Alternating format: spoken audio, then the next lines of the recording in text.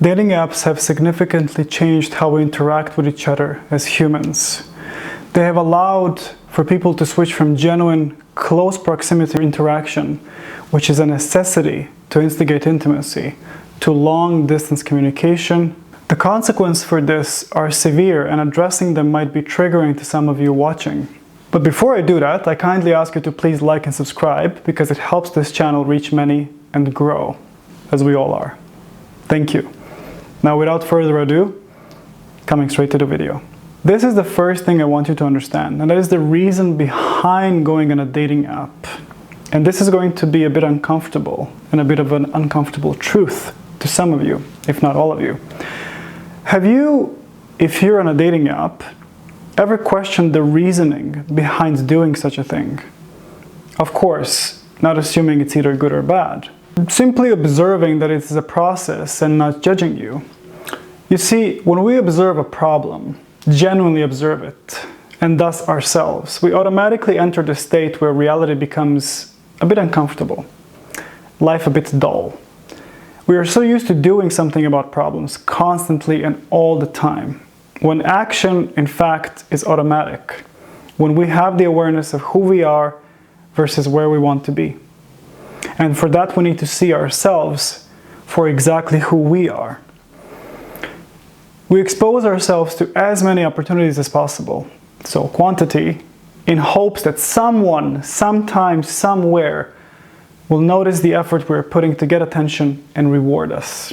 And yes, attention is what we are after. Women by nature and men by necessity of not being in their masculine energy. Masculine, independent, and confident men exude a tremendous presence by default, and their presence, as such, invites attention. One cannot help but give attention to beauty and power. This is not to say that one is better than the other. We observe the value of something that takes time, dedication, and intention to build. The laws of the universe are clear in this regard. What we give is what we receive. It is as simple as that. Now, the first problem is what we identify is the beauty, is the power and attraction. And in one sentence, what is it that we value? And of that, we are not certain nowadays, as it always changes. The reason for this is the lack of understanding of oneself and one's lack of self-worth and identification of core values. Values that are naturally always in flux, but always attuned to truth. Truth in itself is the highest virtue. Our excessive use of technology, and thus social media, has conditioned us that the predominant way of interacting with the world is through a screen of an electronic device. And this is how we perceive truth most of the times. Have in mind that your brain is the most powerful existing thing in this universe, and it has the power to create the reality you focus on and want for yourself. And for that, you need to become exactly that which you desire. Your desired partner or relationship is in a very deep sense a reflection of who you are. If you do not know what beauty and power you hold, then it will be very difficult for you to recognize that in others, especially in a cyberspace which is tailored for people who portray an image different than reality. There cannot exist such a thing. There cannot exist such a thing as an image of reality, since reality simply is. And the reality is going to shift always according to your perception of it, namely your emotions and reason. Women hold men to astronomically high standards, courtesy of social media. It has never been easier for women to simply go online and see the pictures of attractive guys and just hope that the man they chose will turn out to be somewhat the image of that.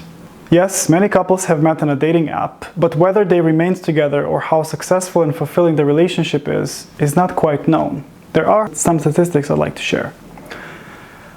Problem number 2, not living an intentional life. I'm not presenting this as a recipe for how life should be lived, but asking a question.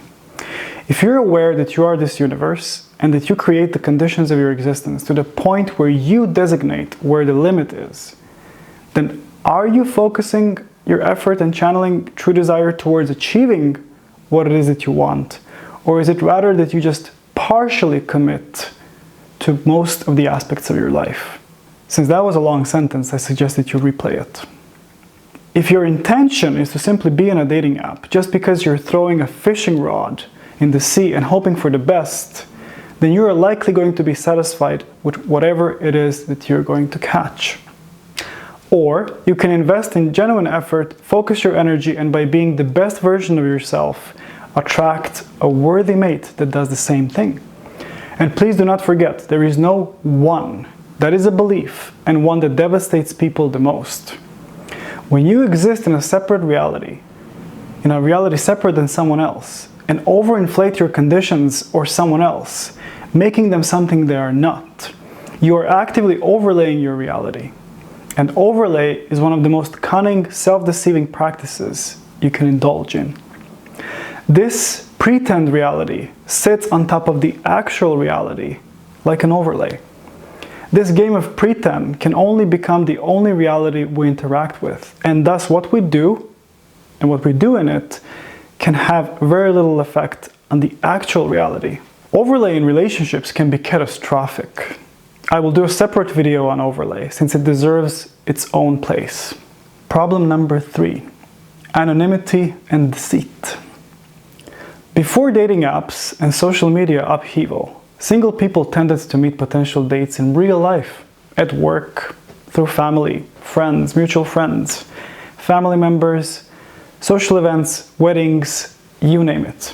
In other words, their relationships had pre-existing foundations that provided a sense of trust. Unfortunately, these foundations do not exist in the virtual dating world, with some dating site users hiding under anonymity and deceit. They might lie about their physical traits, age, profession, or even their intentions. For example, potential mates might lie about their desire for monogamy, their exclusivity with other daters, or their past relationship history. Daters today even worry that potential mates may be dishonest about vaccine status, for example, or COVID-19 exposure. That happens too. And if you're not prone to discovering or perceiving truth, which if you are with someone you need the other people for as well, then you will enter something that you are not even partially aware what is. It is like building a foundation of a house on a landslide. Deceit can damage your mental health and the mental health of individuals and leads to extremely low mood, motivation, and not to mention trust issues. And that is only few of the numerous effects that deceit can have. Men often face constant rejection, experience the stress of courtship, and the pressure of finding the right person. All of this taking a toll on their mental health and well-being. The response? Retreating into the world where you appear godlike, behind a phone. I do my best to not hand out advice, but if I were to use a dating app, I would want to meet first and foremost in public and with a set timeline. Because if you indeed are a man who is occupied with his life and has really drive in his life, you will be highly selective of who you get to enjoy your time and who you share your peace with. Because these people matter to you and your time matters to you. Problem number 4, human disposability. The aforementioned negative experiences can lead people to, as they often do, question their physical appearance, conversation skills, and the general reliability of the opposite sex. A University of North Texas study, linked below, found that dating app users report lower self-esteem and lower psychosocial well-being than non-users. Why would that be? Could be related to frequent and regular rejection, because your mind knows what kind of women you swiped right on. And your mind knows that none of them swipe right back on you. This in itself is a rejection, and the response in the brain is the same as if it were to happen in real life. Please remember this. Indeed, dating apps could contribute to a culture of human disposability, with people becoming part of a society of disposable individuals, most likely to be men. All this may be driven by a tyranny of choice. Dating apps have millions of users, and users may be, and most likely are, simultaneously messaging many other people. This can lead to superficial breadth rather than meaningful depth of connections and formation of trust. And so the gaping hole never gets filled, and the void of loneliness and dissatisfaction only grows. In fact, this overwhelming choice can lead to endless self-questioning regarding dating options. Many users may constantly be asking themselves, is there someone better than this on the next swipe? Leading to a merry-go-round of dissatisfying brief relationships and an overwhelming addiction. And it is addictive to be on dating apps, since every time you use your phone, you're eager to discover what is it that you will find next. Now combine that with a timer that makes you wait for 12 hours because you swiped too much. And you're already in a reward-punishment loop. Tinder showed you one like that you got, and you cannot even wait for tomorrow to continue swiping and see who the woman is, who liked you. Most likely to be disappointed in the result. Especially if you're an average-looking guy, because most women on Tinder swipe right on only 4% of the guys, while men swipe on 60% of women. And the reason for that is the next problem. Problem 5. Hypergamy. Now, I personally don't think hypergamy is a problem, because I do not see hypergamy as a problem. I see it as nature. And anyone who has anything against nature will only resist nature. So you can either play the game, or you can check out of the game. The game will still exist with or without you. Now here's what hypergamy means and how it determines your dating life. Before I continue, I invite you to watch the explanation of Jordan Peterson, a Canadian clinical psychologist, on what hypergamy is. What role do women play in relationship to men? Well, first, they make them self-conscious. Let's not ever forget about that. Because I would say the primary role that women have in relationship to men is to make them self-conscious. And men don't precisely like that. There's nothing that will make a man more self-conscious than being rejected. And why? Because why is he rejected? Well, obviously, Mother Nature, in the guise of that particular woman, has said, you're not so bad for a friend, but there's no reason that your genetic material should propagate itself into the future.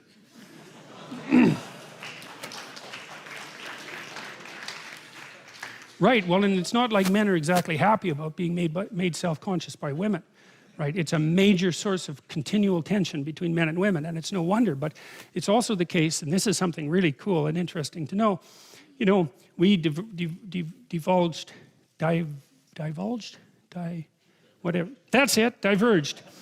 diverged from the common ancestor between us and chimpanzees about 6 million years ago. Here's why, at least in part. Chimpanzee females are non-discriminate maters. They'll mate with any male. When they go into heat, which human females don't, when they go into heat, then any male is allowed access. Now the dominant males chase the subordinate males away. And so the dominant males are more likely to leave offspring, but it's not because of the female choice. It's not the case with human beings. Human females engage in hypergamy, and hypergamy is and this is also true cross-culturally, and it's also quite, it's just as extensive in Scandinavia. Not quite, there's a bit of attenuation, but not much. Women mate across and up dominance hierarchies. Men mate across and down. Okay, and that has to be the case, because obviously it has to work that way. If one goes up, the other has to go down. The socioeconomic status of a woman is determines almost zero of her attractiveness towards a man. Whereas the socioeconomic status of a man is a major determinant of his attractiveness towards a woman. And it isn't his wealth either, because that's been tested. It's his capacity to generate and be productive and to share, because that beats the hell out of wealth. Wealth can disappear, right? But the capacity to be productive and share, that's a much more important element. And why not be chosen on the basis of that, especially because women have to have infants, and infants make the woman dependent, and the woman is just looking logically, rationally, and from an evolutionary perspective for someone who's useful enough to lend a hand. So women make intense demands on men, and it's no wonder. But the thing is that because women engaged in hypergamy, at least in part, we diverged quite rapidly from chimpanzees, because the selection pressure that women placed on men developed the entire species. Now there's two things that happened as far as I could tell. The men competed for competence, let's say. So the male hierarchy is a mechanism that pushes the best men to the top, virtually by definition, and then the effect of that is multiplied by the fact that women who are hypergamous peel from the top, and so that the males who are the most competent are much more likely to leave offspring, and that seemed to be what drove our cortical expansion, for example, which happened very, very rapidly over the course of evolutionary time. Hypergamy is the atavistic, new word, atavistic practice of women marrying up and across economic classes. This phenomenon has likely been around since the dawn of mankind, but it's only recently that we've started calling it by name. Hypergamy means that, historically speaking, women want a partner who is able to provide for them and their future children.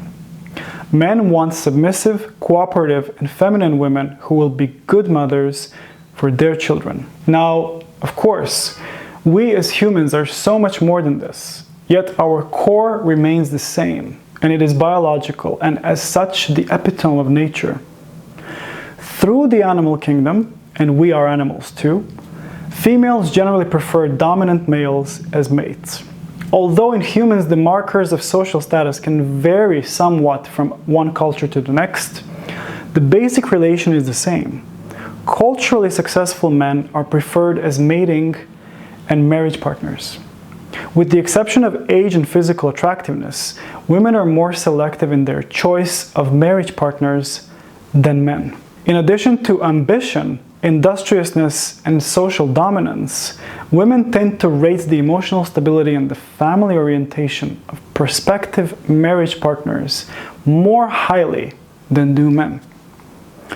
All that said, success can be measured in more ways than one, and providing doesn't always mean money, as it often does. In one of the upcoming videos, I will elaborate on what women find successful in men, and I'm certain you might know already. But in general, the idea that women want a partner who can provide is an evolutionary imperative. Is all of this too traditional for 2022? Maybe. The way we have been structuring society since the sexual revolution indicates that hypergamy is not as prevalent as more women achieve independent financial success, and they attend higher levels of education. The problem with this is that there are very few men at the top of the pyramid. The way we have been structuring society since the sexual revolution indicates that hypergamy is not as prevalent as more women achieve independent financial success and attend higher levels of education. The problem with this is that there are very few men at the top of the pyramid, and women who get more educated and successful are actually diminishing their chances for finding the right match even more. The irony. No matter what, however, hypergamy still has a place in modern dating. A study recently published in the BBC, linked below, found out that women initiate 70% of all divorces, meaning that they are still the ones who are most likely to want more and trade up. I will cover this phenomenon in a separate video. Thank you for your attention. I'm going to speak more in the next video. And before that, I want to thank you. And as always, like, share, and subscribe if you want to see more, or if you just want to support me. I appreciate it greatly. Take care.